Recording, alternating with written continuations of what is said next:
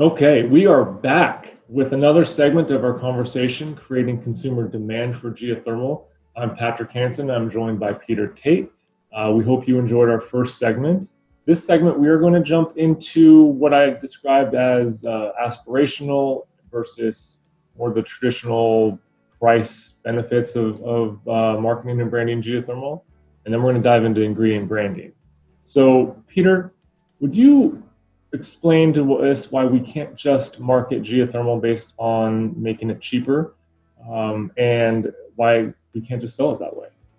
Um, in my marketing career, I've come across lots and lots of cases where the consumer will choose to buy something that isn't cheaper, isn't necessarily better, um, but they will buy it because of their belief that it's the right thing to do.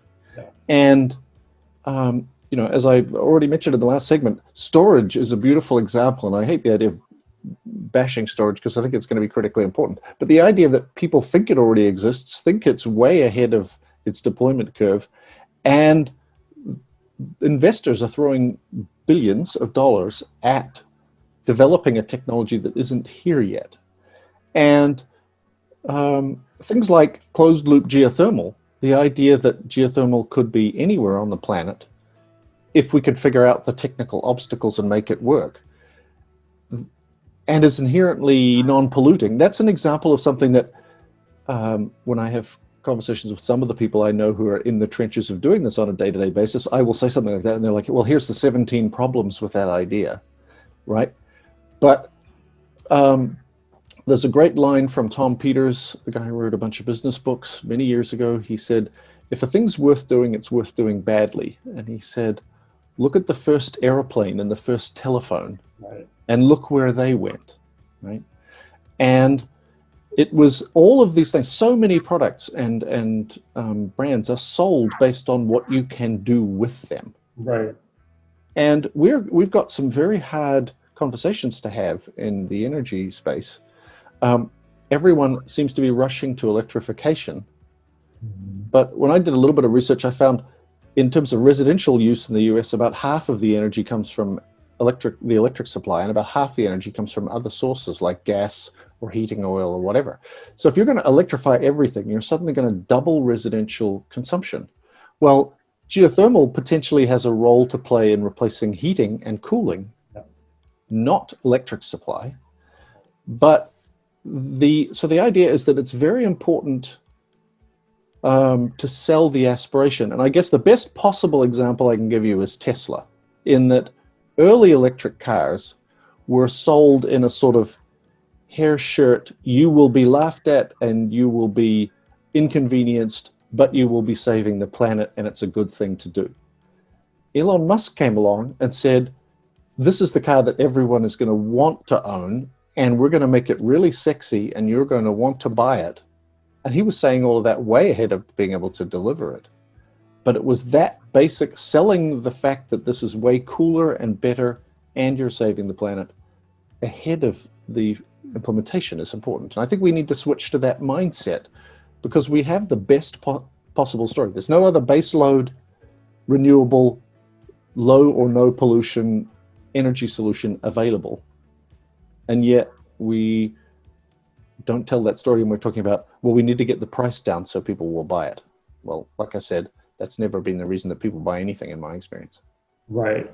I do believe that it's going to require a monumental shift in the way we think. And when I say we, I'm talking about the thought leaders, the industry leaders, the developers, the media, how we frame geothermal to where it becomes more aspirational and more known and understood. I've often said that we struggle because in different parts of the world, people don't understand what geothermal is as a whole. They either think it's Right.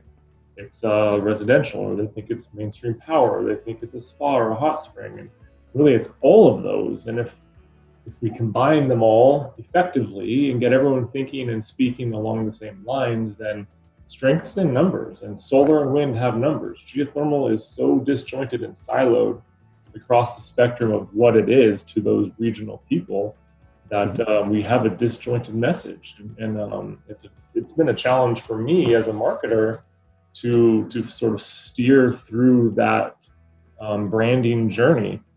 So I really hope that with us spreading a bit more awareness on different ways of promoting this industry, that we're able to simplify that process with some like-minded people.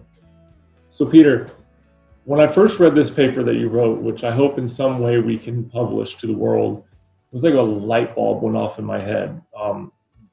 The stark contrasts that you brought in, how you compared different industries to what we could be doing for geothermal, it was an aha moment. Like, you lit a fire in me, because I realized that I'm not helping promote geothermal from an aspirational way. I'm focused very heavily on B2B.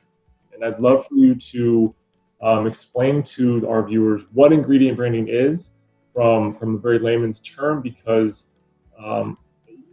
all the marketing and schooling and education you can do, you can understand it from a concept way, but you really added a visual element to it, and how we can make geothermal, how we can make ingredient branding part of geothermal. Sure. I think I want to look at that from two perspectives, the ingredient branding idea. The basic point is that you make, if you're a supplier of something that the consumer doesn't buy directly, but is a component of things that other people embed and sell, you're at risk of being unplugged and taken out by someone who has a lower price supply, right? And in the paper, I talk about the fact that my longtime power supplier, PG&E, as far as I was concerned 20 years ago, before I really thought about this, it almost seemed like PG&E generated all the power, because they sold it to me, the gas and electricity, and it was their brand, and I just got it from them. Right. And that would mean that they would have the ability, if gas prices went up or down, or a new technology came along, they can just swap suppliers out at will to maximize both their brand power, their customer experience, and their profitability, right, which just puts all of the suppliers to them at an incredible disadvantage. And the first ingredient branding campaign that I noticed was the one that you picked out as well. That was the Intel Inside campaign. And I'll probably get this technically wrong, so but it's a paraphrasing, or a parable, I guess, maybe. Basically, Intel had this problem that they essentially created the entire PC marketplace with, as the chip supplier. And yet the brand power got built up by Compaq and Dell and HP and others. And those people realized, hey, AMD's offering us a cheaper processor. We can switch the Intel CPU out for a lower price, and people are still buying a Compaq PC or a Dell PC or an HP PC, right? So Intel realized this was a massive threat to their business. So they started doing direct consumer marketing that touted the reasons why you wanted Intel Inside, and that was valuable to you.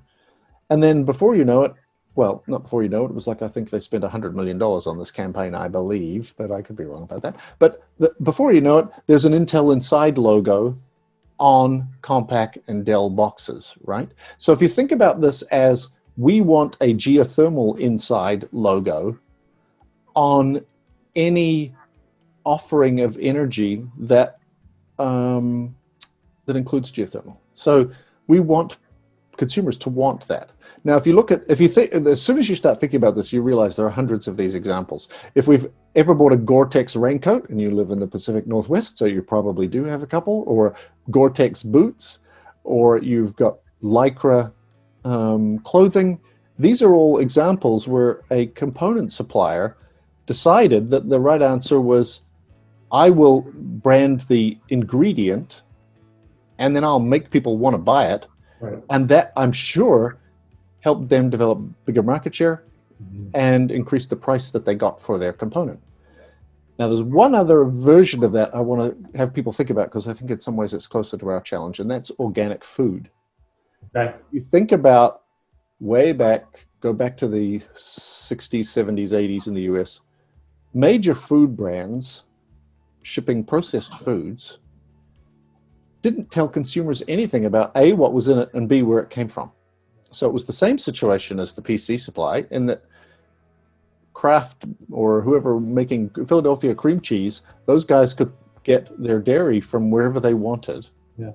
And there was no question of, we understand the provenance or the quality of the components. But some small group of people, this is where this example becomes really critical for us. A small group of people said, hey, organic food is better, and we're going to start buying organic food. And then that small group of people influenced stores to start carrying organic food, and people started buying organic food. And then you saw the market shift that now a grocery store that doesn't carry organic food is actually at risk. Right.